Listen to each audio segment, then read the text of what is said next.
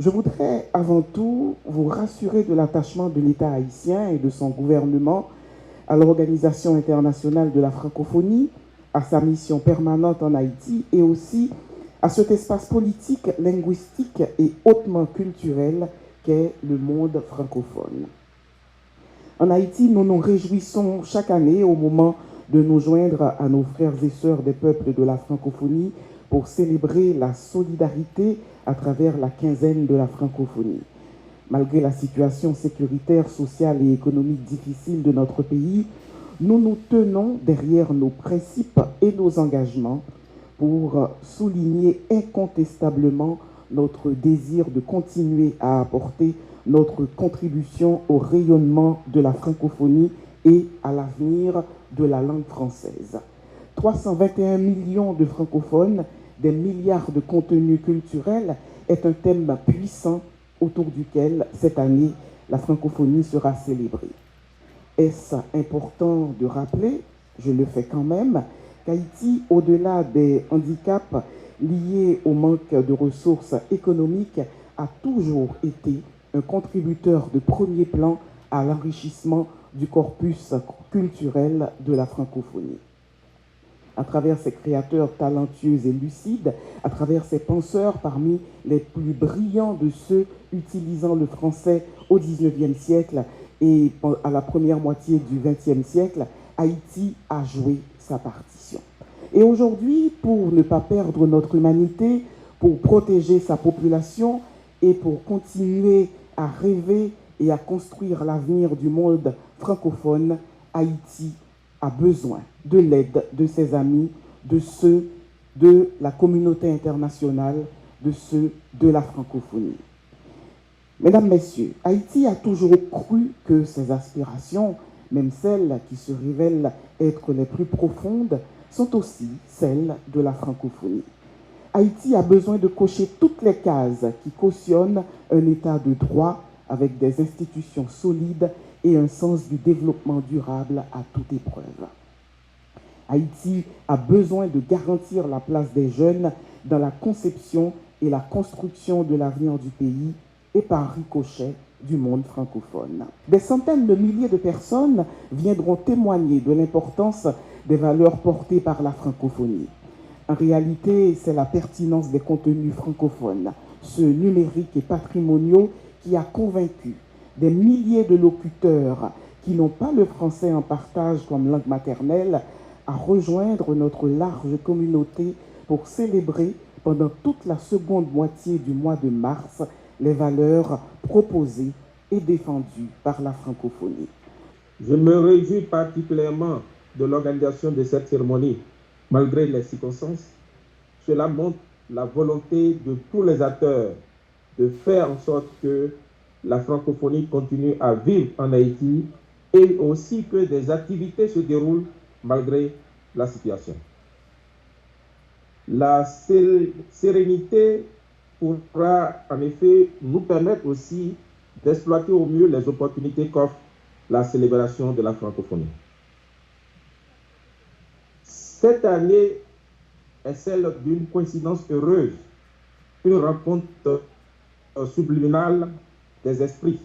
En effet, le ministère de la Culture et de la Communication a décidé, comme Madame la ministre l'a rappelé tout à l'heure, que l'année 2023 sera l'année du patrimoine haïtien, est l'année du patrimoine haïtien. Dans le même temps, la secrétaire générale de la francophonie a choisi pour l'édition 2023 de la Journée internationale de la francophonie le thème suivant les 321 millions de francophones et des milliards de contenus culturels. Ce thème met en valeur la culture. Il est question pour la francophonie de mettre en lumière en 2023 la diversité culturelle, la découvrabilité des contenus ainsi que la richesse et la créativité des artistes et renforcer la visibilité numérique de la culture et des cultures francophones, notamment en ligne. Les deux thèmes peuvent donc être en communion pour contribuer à la valorisation et à la promotion de la culture haïtienne et de son riche patrimoine dans le concert des cultures francophones, mais aussi dans l'univers mondial des contenus culturels. la diversité de la culture haïtienne, tant dans les domaines de la littérature que des arts, de la scène, arts visuels, du cinéma et autres, est déjà connue sur le marché international. La contribution de la créolophonie à la francophonie est bien connue des spécialistes de l'espace francophone. Nous avions même envisagé à un moment donné d'organiser un colloque sur la contribution de la créolophonie à la francophonie. Cette contribution gagnerait à être connue du monde entier, c'est-à-dire que les contenus haïtiens pourraient être davantage valorisés par leur découverte grâce au numérique.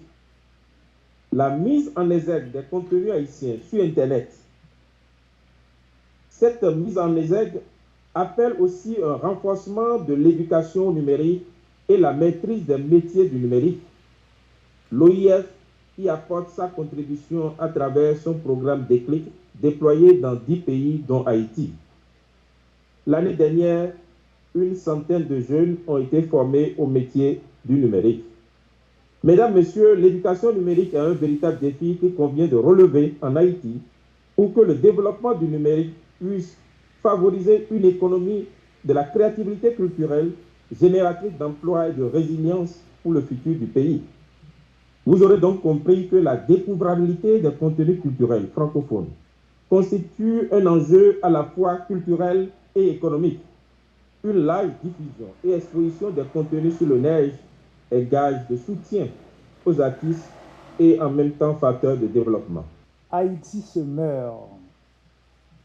Et c'est bien le moment de nous rappeler que nous ne devrions pas nous sentir si seuls, si désemparés, que nous sommes membres d'une communauté de plus de 300 millions de membres à travers le monde, une communauté d'hommes et de femmes qui se veulent solidaires, en quête de paix, de prospérité, de développement.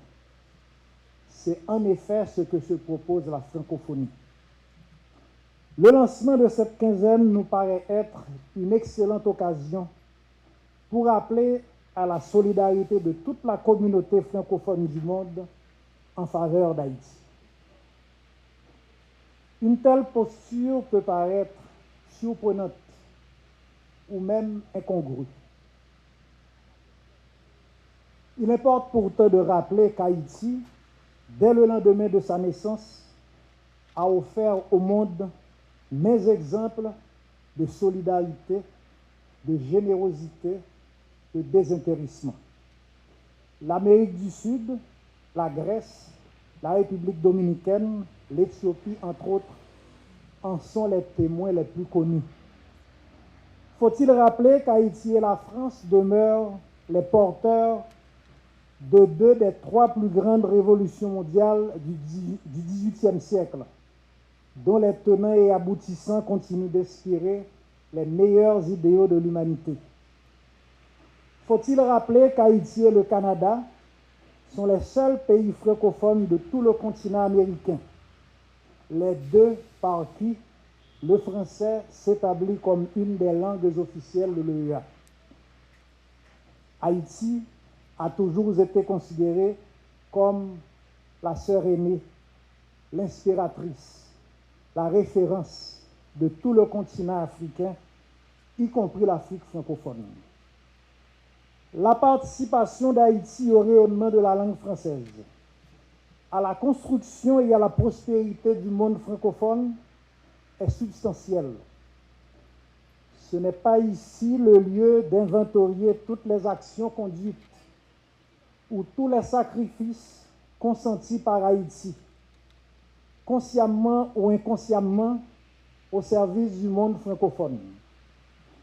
Les peuples de France et de Navarre, du Québec et du Canada, de l'Afrique francophone entre autres, en témoigneraient éloquemment. Haïti a donc payé son tribut de générosité et de solidarité à la communauté francophone. Aujourd'hui, la communauté francophone peut-elle demeurer indifférente au sort de l'un de ses membres les plus conséquents?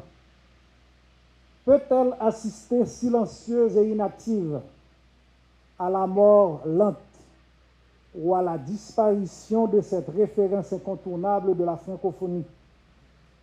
Quel sens aurait alors la francophonie et tous les idéaux qu'elle dit inspirer?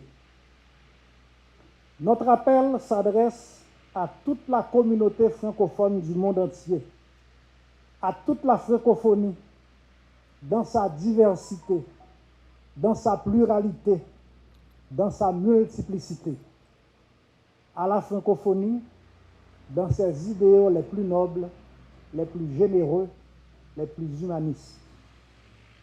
Il faut d'abord que la vision de la francophonie et de toute la communauté internationale sur Haïti change drastiquement. Qu'Haïti soit considérée pour ce qu'elle est réellement, dans son histoire, dans sa culture, dans son patrimoine, dans ses richesses, dans ses faiblesses, dans ses difficultés, dans ses malheurs, mais aussi dans ses espérances, dans ses potentialités, dans ses projets. Qu'il soit admis que, sans vouloir ignorer les actions néfastes de ses fils les plus dénaturés, Haïti n'est pas la seule responsable de cet état dans lequel il se trouve maintenant. Qu'il lui arrive souvent de ne pas avoir la maîtrise du choix de ses dirigeants, des résultats de ses élections, des programmes et projets qu'il met en œuvre ou qu'on met en œuvre à sa place. La francophonie peut déjà s'évertuer à mieux connaître Haïti, à mieux respecter ses choix et à permettre à la communauté internationale de poser un regard plus objectif sur la première République noire du Nouveau Monde. Cette année, l'ambassade de Suisse en Haïti soutient diverses activités liées à la quinzaine en collaboration avec la représentation de l'OIF, dont une série de publications audiovisuelles avec le titre « Les visages de la francophonie ». C'est une manière de renouveler notre engagement et notre attachement à la francophonie en général et à nos partenaires, en particulier en soutenant activement dans les différentes activités prévues pour cette période. L'ambassade de France, avec l'Institut français d'Haïti et son réseau des 5 alliances françaises en province, Jacmel, les Gonaïves, Cap-Haïtien, Jérémie et les Cailles, tient à cœur de continuer à soutenir la francophonie en Haïti. Plus spécifiquement, malgré les conditions difficiles que vous connaissez, nous avons tenu à renforcer cette année la programmation culturelle de l'Institut français. Et ainsi, nous vous annonçons 3 événements culturels propres à la francophonie. Et j'ai mis à l'arrière la programmation culturelle de l'Institut du mois de mars, mais tout est en ligne également sur le site de l'Institut. Mais ça, c'est les événements spécialement francophones. Donc, vendredi 17 mars à 18h en ligne, un échange autour de J'évangile la race de Maurice Sixto, suivi d'une représentation. Mardi 21 mars à 18h en ligne, une conférence du professeur Renaud Gauvin, qui est doyen de la faculté de linguistique appliquée de l'UEH, et qui a pour thème, en fait on en a déjà parlé, la contribution d'Haïti à la diffusion du français dans les organisations internationales. Et mardi 21 mars à 18h en ligne, un spectacle de marionnettes à la table inspiré du livre Les arbres musiciens de Jacques-Stéphane Alexis par la compagnie Au fil du temps. Je termine en disant que la France est fière d'accueillir chez elle le 19e sommet de la francophonie en 2024, l'an prochain. La thématique retenue cette année s'intitule 321 millions de francophones, des milliards de contenus culturels. Partant de cette idée, l'OIF entend mettre en valeur la diversité culturelle ainsi que la richesse et la créativité des artistes et renforcer la visibilité numérique de la culture et des cultures francophones. La francophonie est donc une grande famille.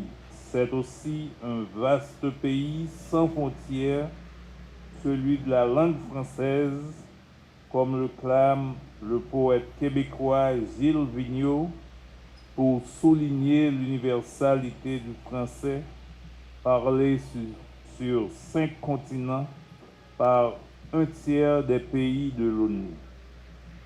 Chaque année, à pareille époque, les ministères, les ambassades et les agences spécialisées de l'OIF, ainsi que les secteurs de la société civile comme les universités, les fondations et les associations, se concertent pour célébrer la francophonie durant une période au cours de laquelle plusieurs activités à caractère culturel, éducatif et scientifique se tiennent. La francophonie, c'est aussi un espace politique et des valeurs qui rassemblent les pays membres de cette organisation. C'est bien la raison pour laquelle nous voudrions nous engager sur la base des principes fondateurs de l'OIF, qui sont la diffusion de la langue française en parallèle au respect des diversités linguistiques, le développement des diversités culturelles, la promotion de l'éducation, la promotion de la paix, le soutien aux droits de l'homme, aux sociétés civiles, le respect de l'égalité entre les sexes, l'encouragement à l'innovation numérique. Sur ce, je déclare ouvert la quinzaine de la francophonie 2023.